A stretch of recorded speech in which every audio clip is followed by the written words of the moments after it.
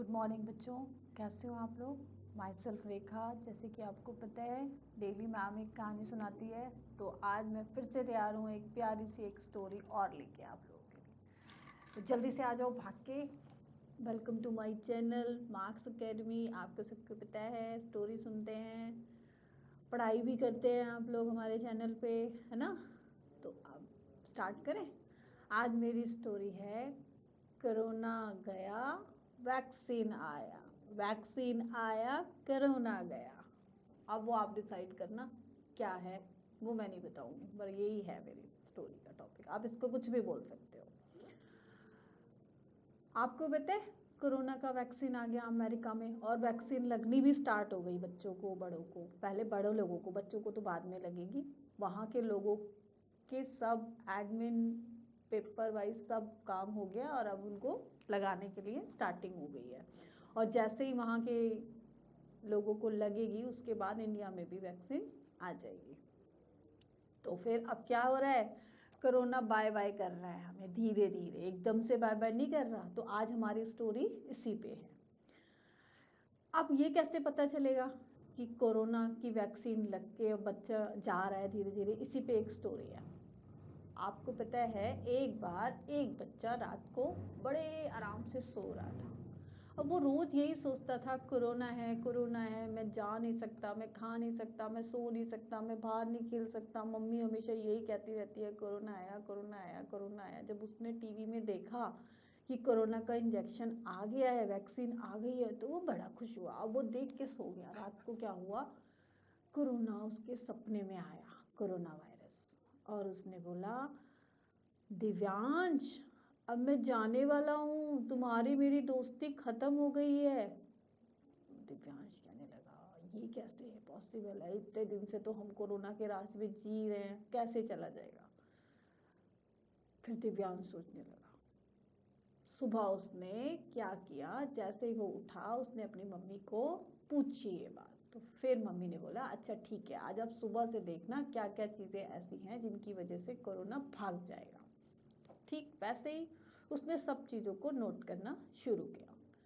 अब सुबह उठते ही जब उसने हाथ धोए, हैंड वॉश किए, वॉशरूम से आने के बाद, कुछ खाने से पहले, तो कोरोना ने बाहर से देखा, अरे ये तो दिव्यांश हाथ धो रहा है, अब तो मैं इसके खाने में भी इसके साथ नहीं जा सकता।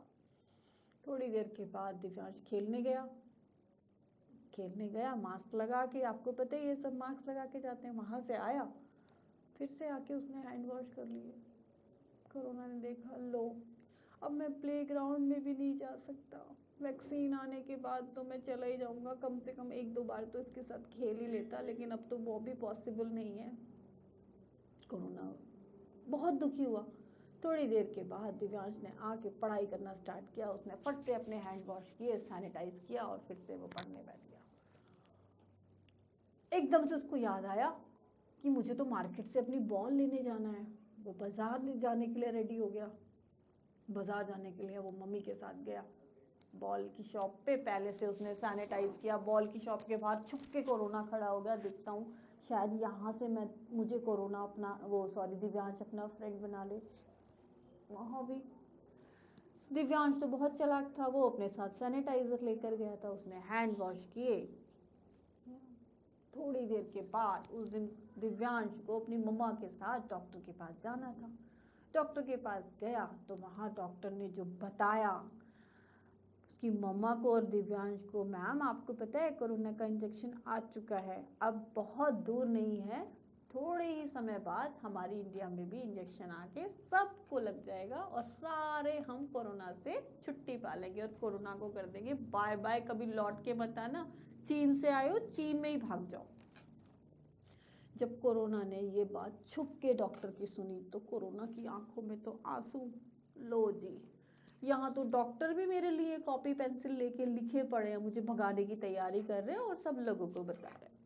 वापस आया तो आके दिव्यांश सो गया तो रात को फिर से कोरोना सपने में आया और फिर उसने दिव्यांश से बोला दिव्यांश अब तो मैं तुम्हारे यहाँ से जाने वाला हूँ, क्या तुम्हें मेरी याद नहीं आएगी। दिव्यांश ने बोला जाओ जाओ, मुझे तुम्हारी याद आएगी।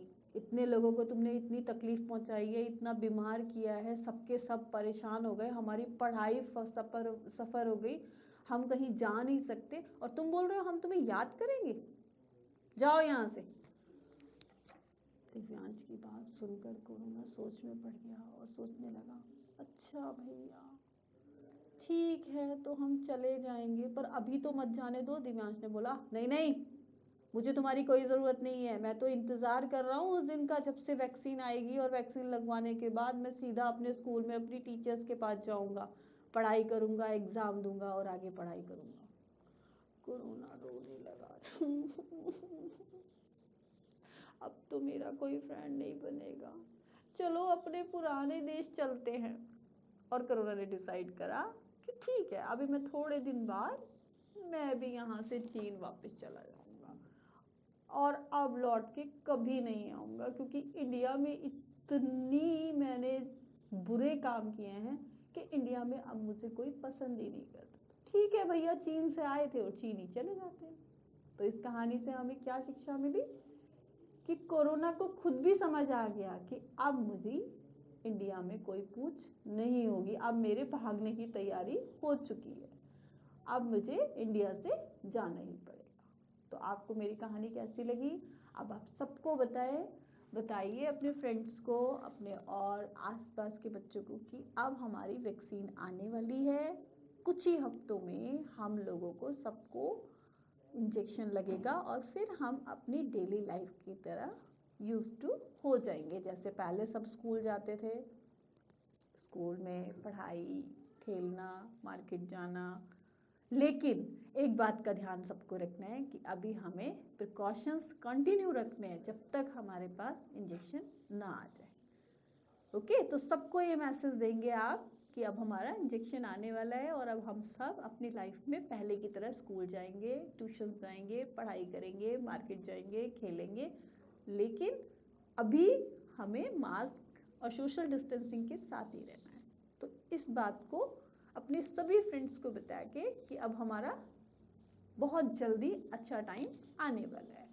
तो मेरी कहानी कैसी लगी आपको, ये मैसेज आप अपने सभी फ्रेंड्स को, बच्चों को अपने घर में दे के फिर मुझे बताइए मेरी कहानी आपको कैसी लगी। इसको अपने फ्रेंड्स के साथ शेयर करिए, मेरे चैनल को सब्सक्राइब करिए, और नेक्स्ट कहानी के लिए जल्दी से तैयार रहिए। Okay, take care, bye bye.